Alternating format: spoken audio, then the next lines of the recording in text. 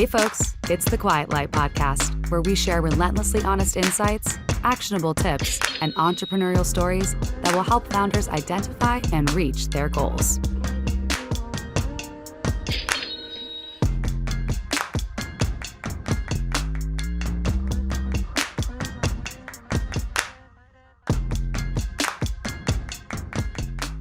Hello, everyone. Welcome to the Quiet Light Podcast. I'm Pat Yates, sitting in for Joe Valley. We have a really exciting conversation to you today. It's Garrett Peters.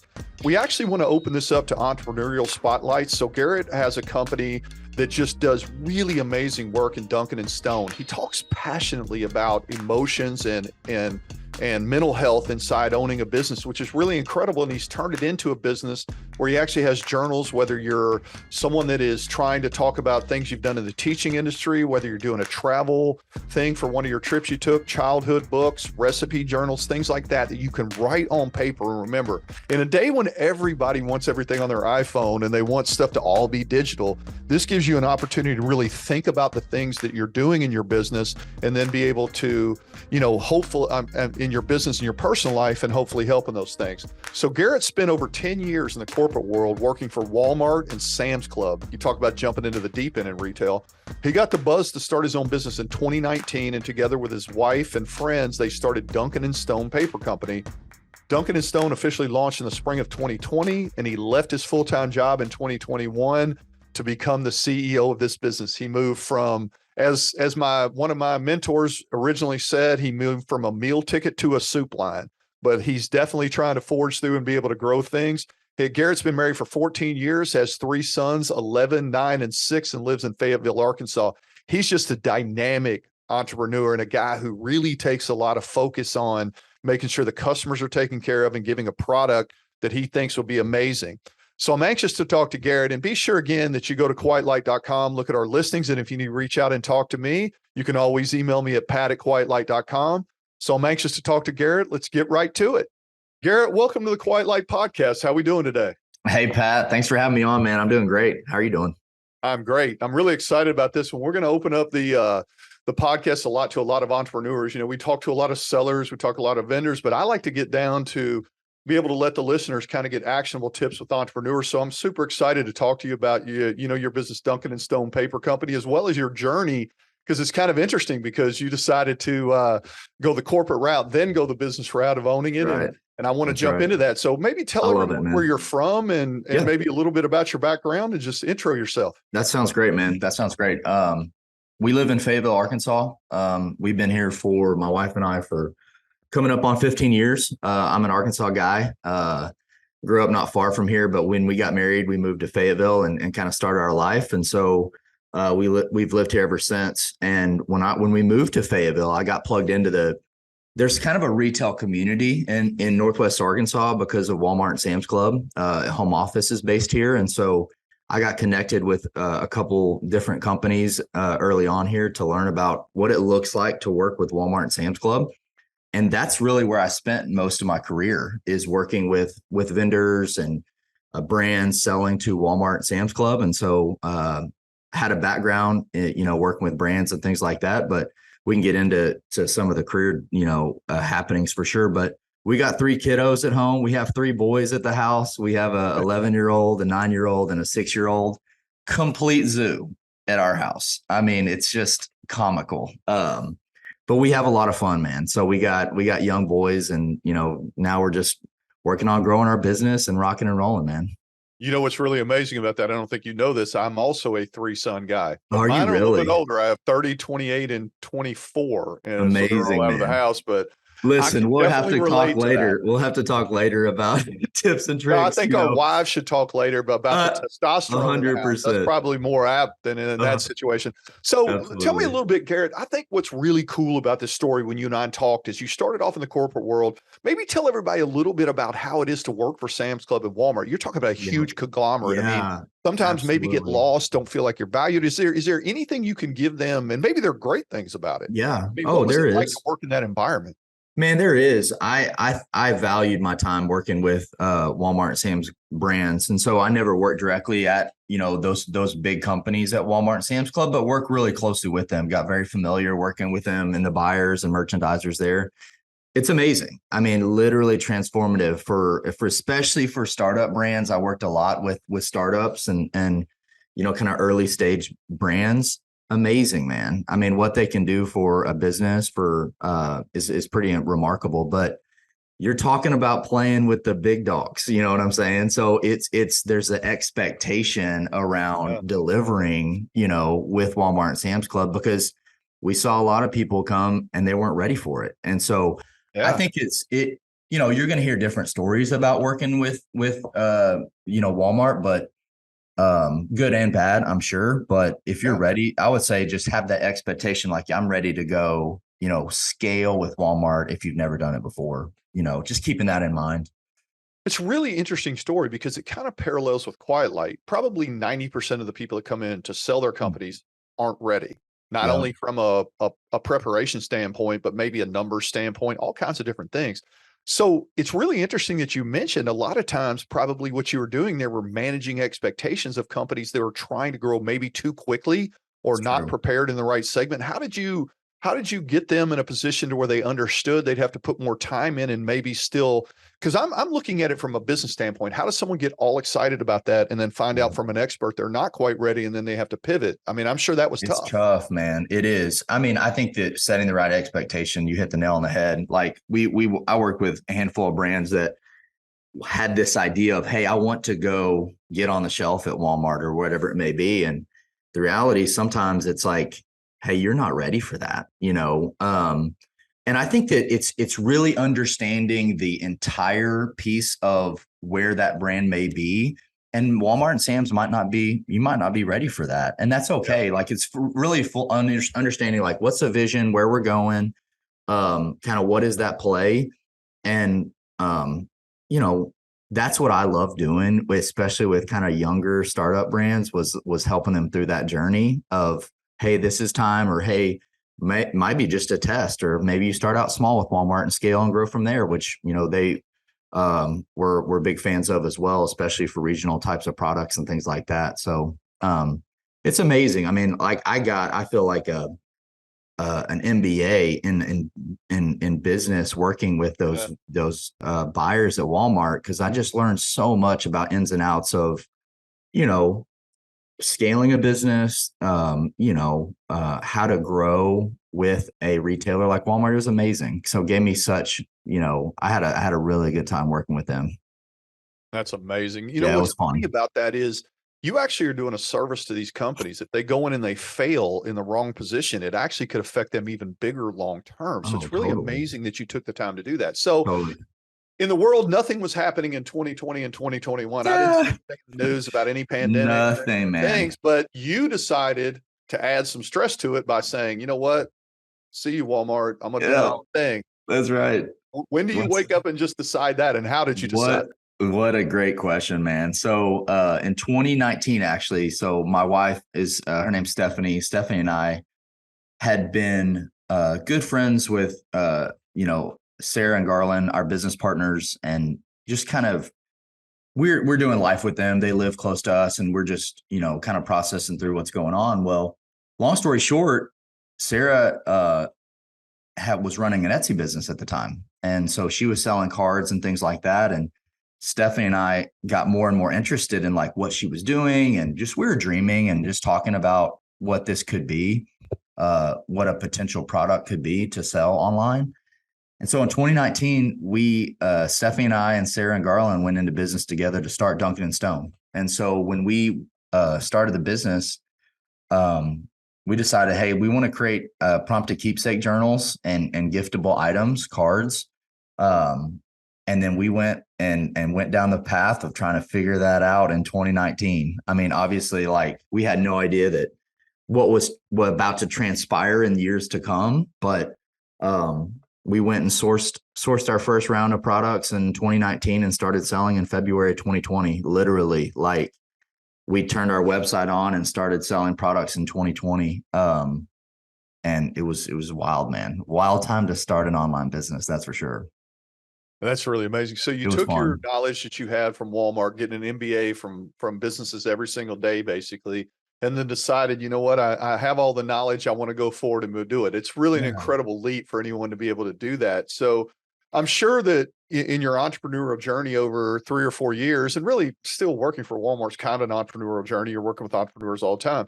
Yeah. I'm sure there have been highs and lows. I mean, I'm sure there were times when you doubted the decision and you were confident in it. Maybe give some idea of what it was like and the emotions you had to go through when you decided to pull that string and actually do it. Gosh, that's a great question. You know, it was interesting. Like the process of starting, it was very exciting for us and for me, because I have a full-time job, you know, working for a corporate, you know, a corporate environment. But we have this new side hustle basically that we had started with some good friends, and we had no idea what the future looked like for the business, but it was fun for us. Like for me, the first like 2020 it was exciting. It's like we've created products, we're selling, I'm shipping products out of my house. Like it was just full on startup mode for us in 2020. Right. So there was this high of like, oh, this is really fun. This is exciting. Well, fast forward to the end of 2020, first of 2021, I was beyond stressed, Pat. I was like, the business was going. I have a full-time job. Our kids were, you know, they're young, and we got kids at the house. They're doing school from home. It's all this chaos of life. Yeah. And I walked out at you know, in our house one day. I walked out at lunch to talk to Stephanie about something, and she's like, I was super stressed, and I was like, I don't know what I'm going to do. Like there's this new side hustle business that's now going, that's demanding time and attention. I don't know what's about to happen. And she looked at me and she was like, you need to quit your job. And I was not expecting that. And I was like, well, I don't know if that makes any sense, because we as business hadn't been going for a year. And so it took us on a path, man. I left my job in January 2021 and started doing the business full time. And I say all that to say, what I thought was going to be an exciting kind of journey and ride turned out to be an extremely difficult year for me. Just the process of leaving a corporate job and all the resources available with that to, I'm the only one doing this now. It was just kind of like, what is going on?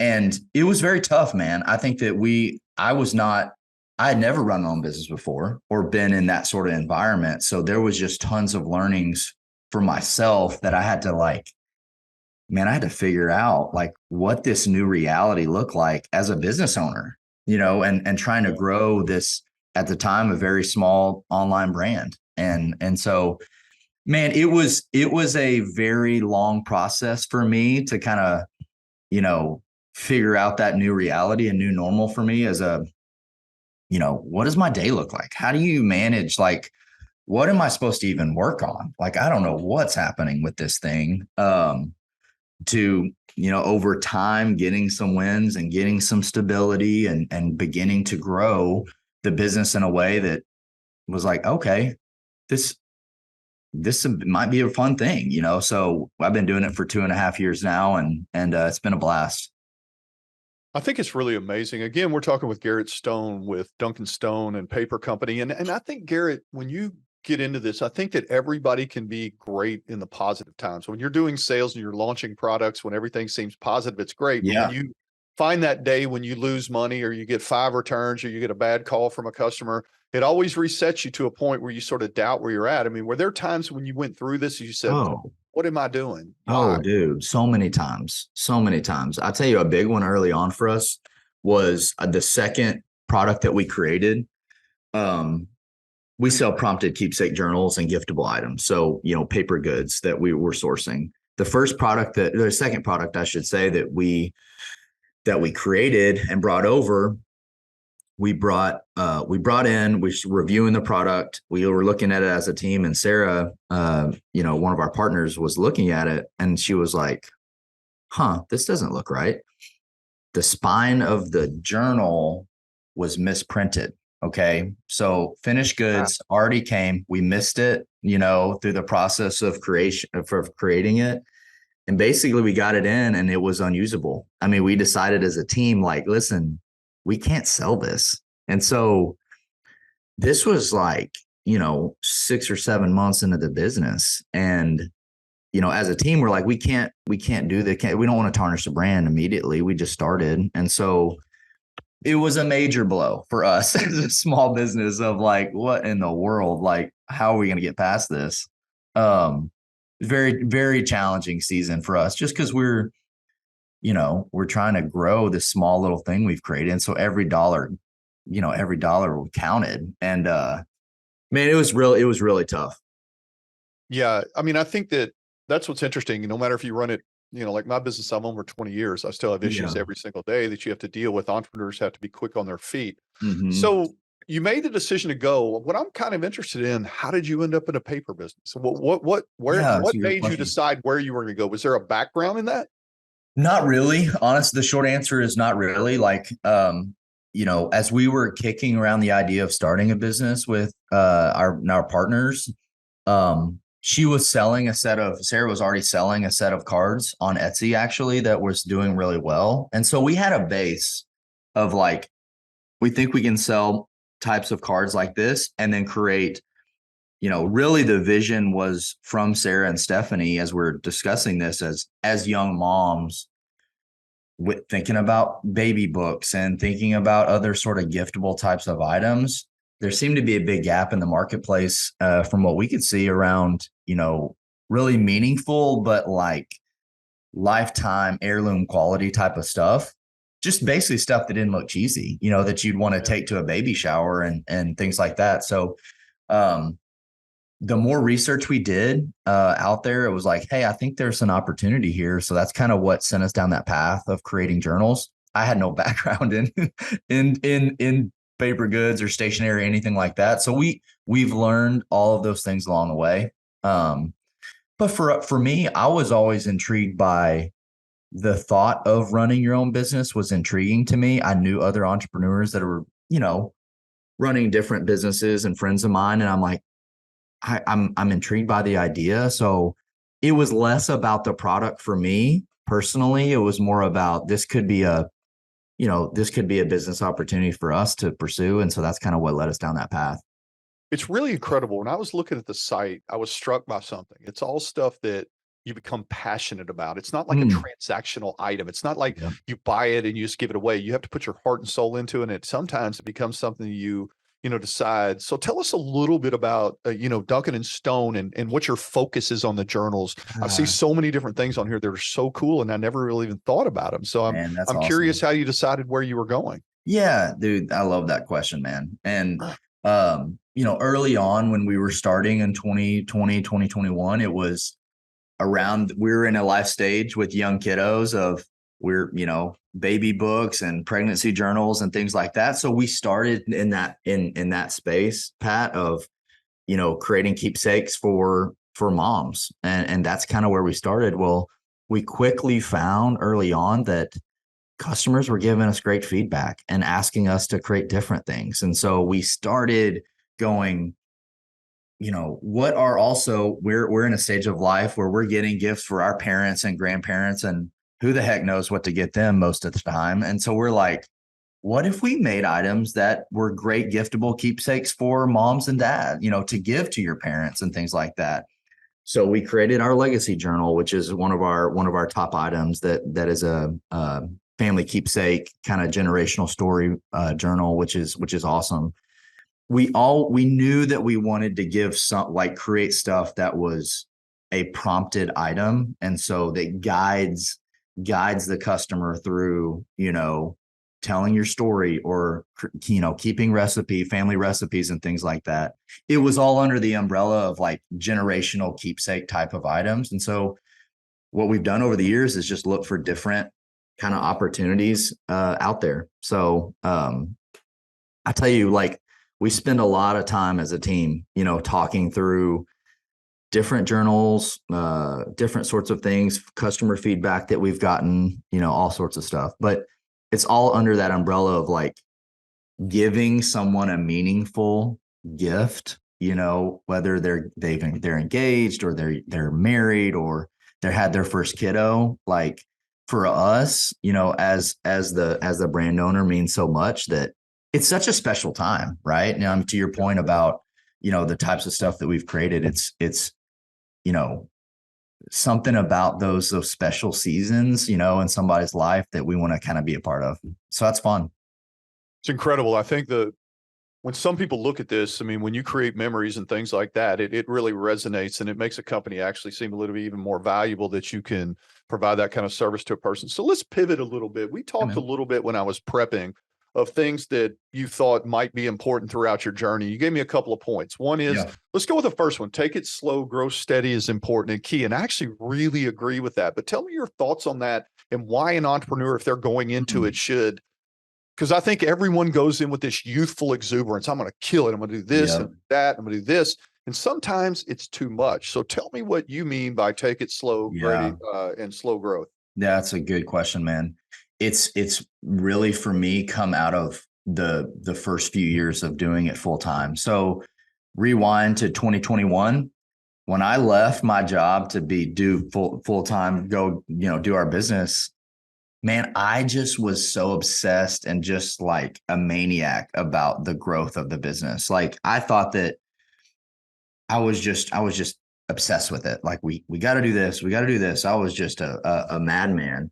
And for whatever reason, I just thought that, like, we had to grow. We had to get more sales. We had to get more customers. We had to do all this stuff. We had to launch more products. And it was out of a place of like, I wasn't like, I just thought that's what you had to do. Like, I'm like, we have to grow fast. We got to get to this number. And it was all arbitrary numbers. It was like, nobody on our team's like, hey, we need to be doing this much in sales. It wasn't that. It was just like, that's kind of what my mindset was going in, is like, if we're going to have a successful brand, we need to just be hitting these milestones. Well, what happened was, dude, I burned out in 2021. I was like, just completely running too hard in a way that was very unsustainable. And so over the years, I'm looking like through that period of time, I'm going, whoa. Like, I would rather have sustainable, healthy, ongoing growth. You're not killing yourself along the way to get that, right? I'm just going, hey, I'd rather us be pushing the ball forward every month, every year, in a way that's like, to me, it's just kind of redefining like what your expectations are. What are we trying to go for? Right. For us, we run the business as two families. We have 4 owners and 2 families. And so we're going, hey, what does this need to look like for us? And where I've landed is like sustainable, like slow growth is pretty key. Now it doesn't maybe fit every person's situation or business, obviously, but that's kind of for us, like been a key part. I think that's a great point. And actually your second one is the one that struck me the most, because I think one thing that entrepreneurs only think about, they focus solely on business and not themselves. They think, I'm an entrepreneur, I can take on anything. And your second one was take care of yourself. Very simply said, which I'm a big believer in. And I think that I've been a victim of not doing that for myself, probably putting more pressure on myself, more anticipation of things I got to do, more things I want to put on my plate. And then somehow I'm miserable right after that's the case. So talk a little bit about your view of that, because I think mental health and things like that is so important in anything you're doing in business, especially when you own the business. So tell us your thoughts. Yeah, man, I'm definitely no expert in this space because I'm right there with you. But along those same lines is what I was kind of describing in 2021 and into 2022.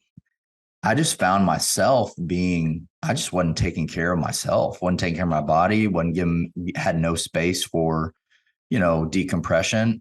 For us, we were running the business out of our house and still do, but I woke up every day and went to bed every day looking at this thing was all encompassing. And I didn't create any boundaries for me to have that space. And man, what I through my wife with good friends of just going, hey, people around you saying you need to take care of yourself. I think what I've learned over the years is really that's so key. Like, I'm not going to be the best husband, leader, father that I can be, business owner, unless I take care of myself. Same for everybody. It's like we have to prioritize that. I believe it's so key. It's going to be key for not just the present, but for the future of, your future health. And so I tell you what it looked like. It just looked like me scheduling that time, whether that be going to play tennis with a friend, going on a bike ride, taking off an afternoon, like giving yourself freedom and that space to do it and to go, my business isn't going to crumble if I take off a few days. Like, I need to do that for the sake of my own sanity. Yeah. And like just establishing some of those, like, key kind of habits are key, because it gives you so much more balance and health and clarity. I think.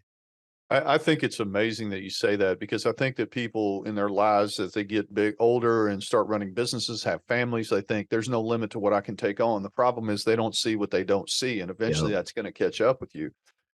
Again, we're talking about Duncan and Stone, and I had a chance to go into your Amazon store and look around. And first of all, your imagery and photography stuff's amazing. And one thing that struck me is you had products that may not have had a ton of reviews, but all 5-star. It's like your products are so welcomed by customers.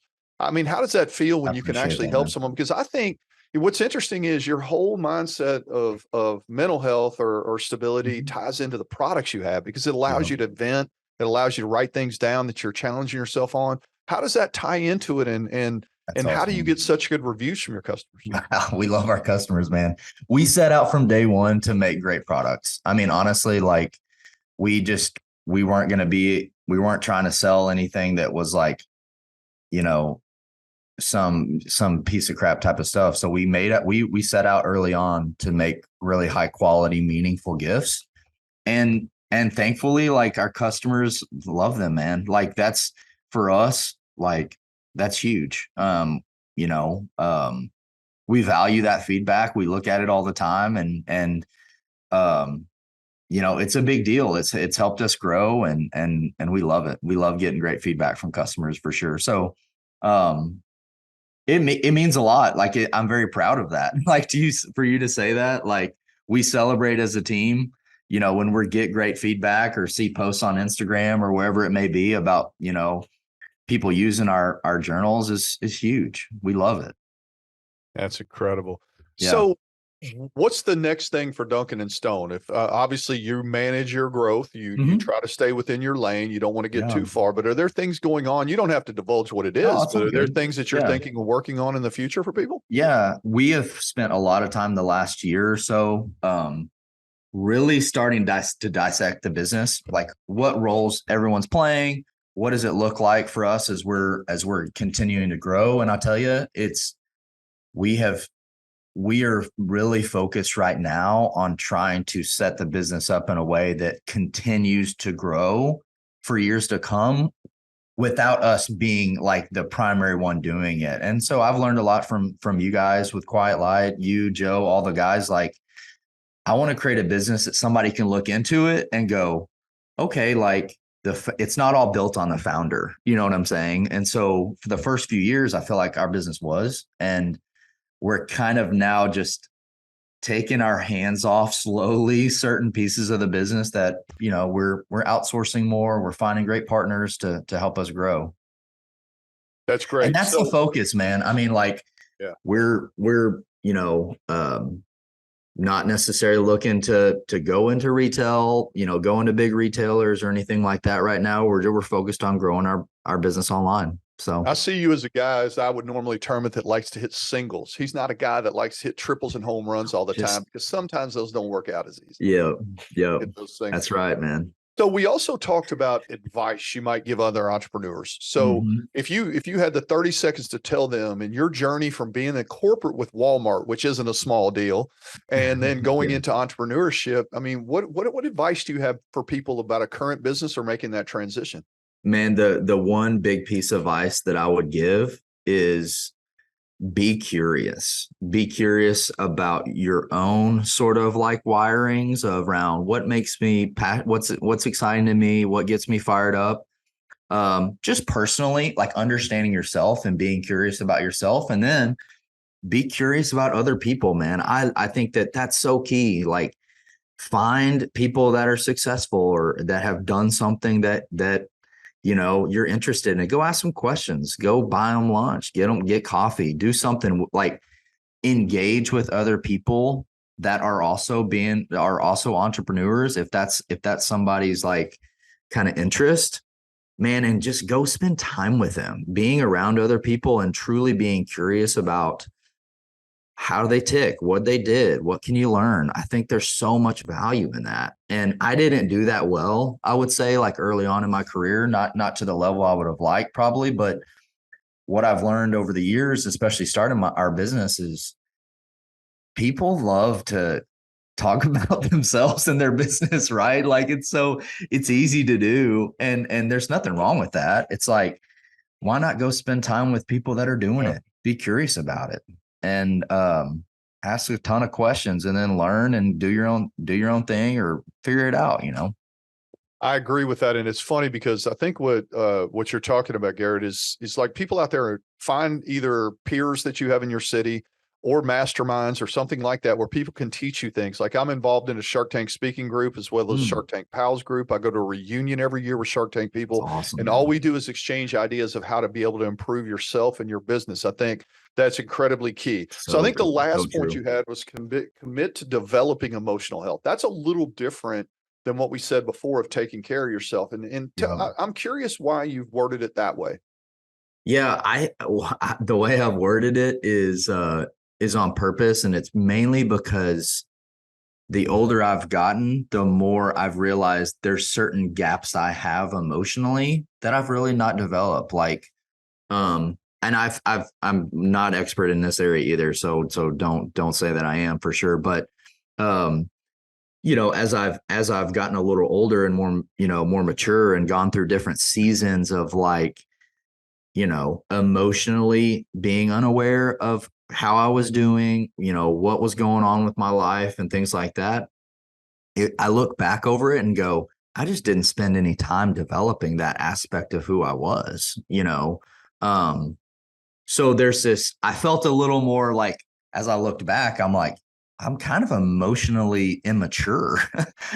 You know what I'm saying? I'm like, well, that's not good. I'm looking at my, 8, 9, 10-year-old and the way they're acting. I'm like, I actually kind of act like that a lot. So that's not good. What's going on? And it comes with self-awareness. I think it's not something that's like an overnight, deal, but just committing to that. It could look like a lot of different things. But for me, it was asking my wife and close friends, like, hey, I want to grow in these areas. Like you have freedom and reign to speak into that area of my life or call me out if I'm acting a certain way. And then you go, what's going on with that? I got to figure that out. Yeah. And I think it applies to in every aspect of someone's life for sure, but especially for entrepreneurs or people starting their own business or running a business, like, man, knowing who you are is so key. So that would be another piece of advice that I would encourage anyone, regardless of their life stage, but for sure, like younger folks, like learn about yourself. Yeah, that's great. I mean, I've been married 33 years and my wife is the temperature control on me all the time. Awesome. I think it's really amazing. So and awesome, folks, man. if you out there, do us a favor and go to duncanstone.com or go to Amazon. They have some unbelievable, all these journals that can help you think through things, write them down, improve your mental health. So what you've done is actually turned a goal into something that you can actually sell. Which is really, I love really it, man. incredible. I love it. Garrett, it's been amazing. It's been amazing having you on the podcast today. Folks, please do go to Garrett Stone. Check this out. It might be something that you would really enjoy. And honestly, Garrett, we'd love to hear updates about where the business is going. Is there anything else you want to let everybody know before you go? Absolutely. No, this has been a pleasure, Pat. It's been fun to connect with you. Love what you guys are doing and glad to be a part, man. Do me a favor, though. Tell everyone how they can get in touch with you if they need to. Sure. At your site, just give them that quick information. Yeah, go to duncanstone.com. That's the easiest place to check us out for sure. You can connect with us that way. Always, I'm on LinkedIn quite a bit, sharing our journey and posting, craziness along the way. I try to make it fun and I'm lighthearted, man. So like, I'm just, having a good time out there. But connect with me on LinkedIn. I'd love to hear from you. Well, man, this has been an amazing conversation. I so much enjoyed having you on today. It's been fun, man. It's been really fun. I appreciate it, Pat. Thanks so much. Thanks for joining us on the Quiet Light Podcast, Garrett. Thanks, buddy. Today's podcast was produced by Rise 25 and the Quiet Light content team. If you have a suggestion for a future podcast subject or guest, email us at podcast@quietlight.com. Be sure to follow us on YouTube, Facebook, LinkedIn, Twitter, and Instagram. And subscribe to the show wherever you get your podcasts. Thanks for listening. We'll see you next week.